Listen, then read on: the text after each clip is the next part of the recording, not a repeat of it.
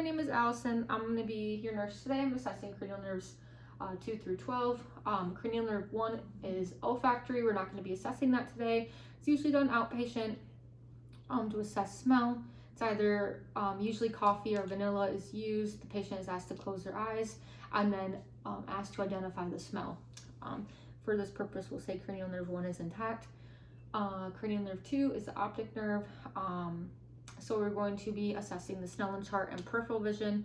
We're not going to be actually assessing the Snellen chart in this video, but to assess the Snellen chart, I'm going to have the patient stand 20 feet or 20 steps away from the chart. I'm going to assess if they wear glasses. In her case, she does wear glasses, so I would ask her to wear her glasses for the exam. I am going to assess both eyes individually, having her, so to assess the right eye, I'm going to ask her to cover the left, and then vice versa, and then we'll do both eyes. So I'm going to ask her to read the lowest line on the chart she can, as long as she does not miss 3 letters in that line counts. If she does miss 3 letters, the line above counts. Goal is 20/20, meaning you can see at 20 feet what a normal person can see at 20 feet. Worse would be 30/20, seeing at 30 feet what most people can see at 20, and better would be 15/20, seeing at, or 20/15, seeing at 20 feet what most people see at 15 feet. And the other part of this we're going to do is going to be peripheral vision, so I'm going to have you stand up. And then I'm going to have her cover the same eye. I'm going to have her cover her left arm, her left eye, and then I'm going to cover my right, and I'm going to have her look at me, and then I'm going to have her, I'm going to have her look at my eye, and then have her identify how many numbers I'm holding up in the peripheral vision. 2, 3.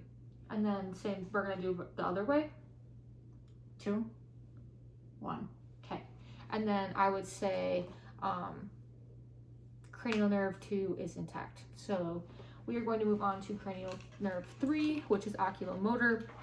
So I'm going to be assessing any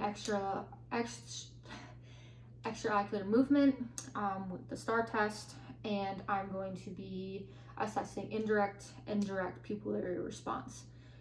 So I'm going to have you look straight, and I'm going to have you follow my finger with your eyes. Have you follow your eyes with my finger.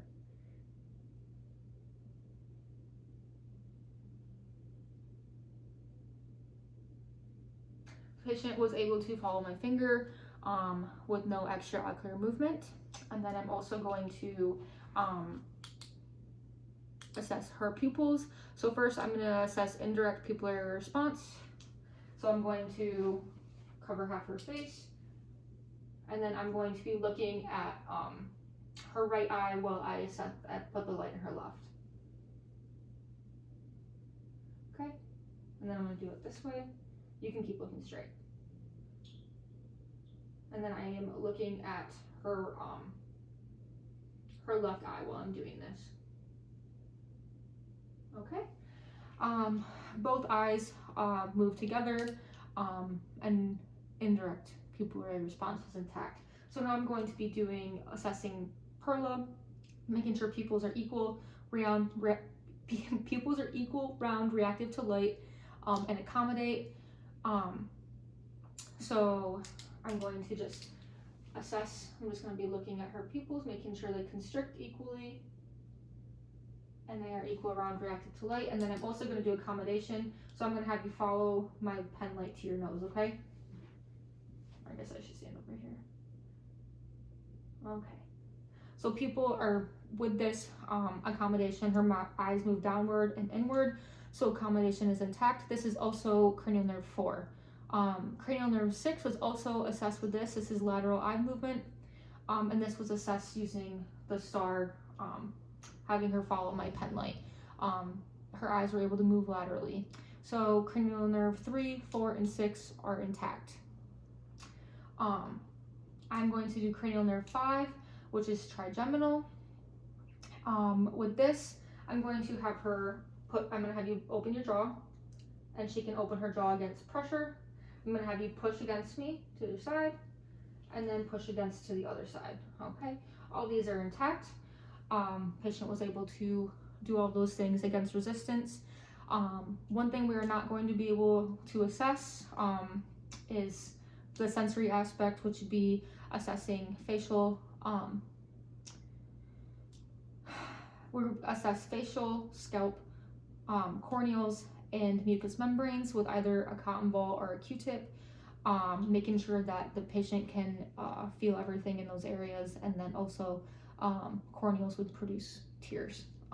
We're not assessing that, but in this case we would say that all of those things are intact.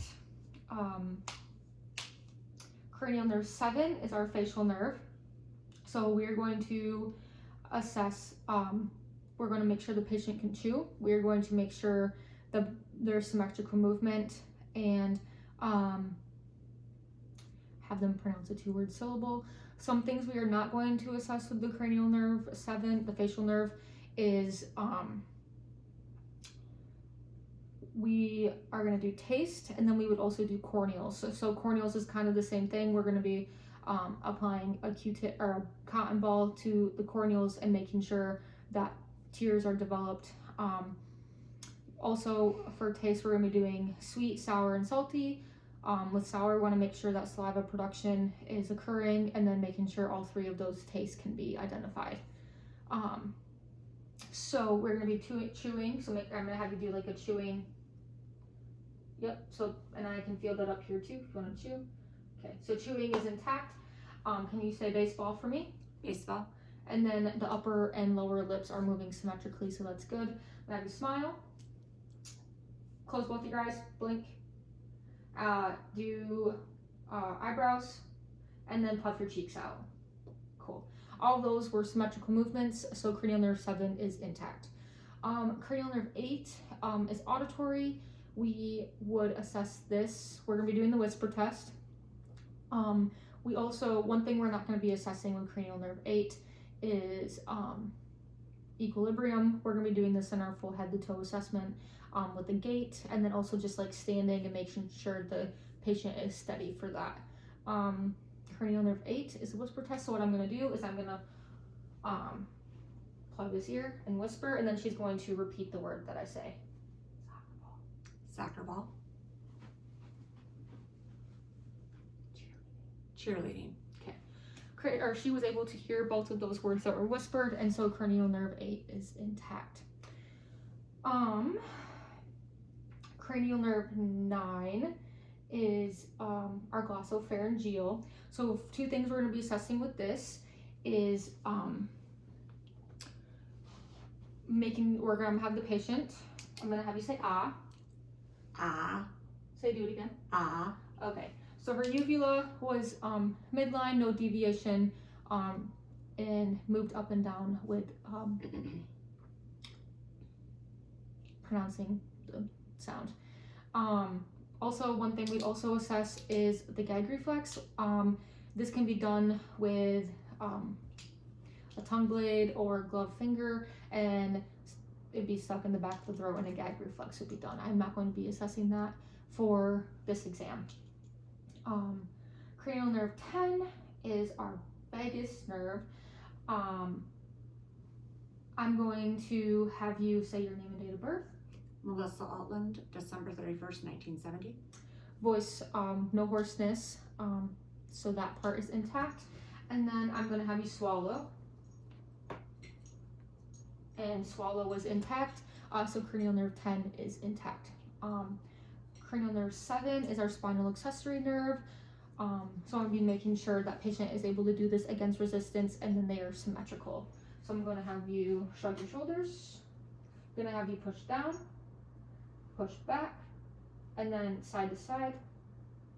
And patient was able to do that with resistance. Cranial nerve 12 is our hypoglossal. So I'm going to have you stick your tongue out. Tongue is midline, no deviation, and then I'm going to have you do side to side movement with your tongue. And patient was able to do both of those things. So cranial nerve 12 is intact. So in this case, patient has cranial nerves 2 through 12 intact. Thank you.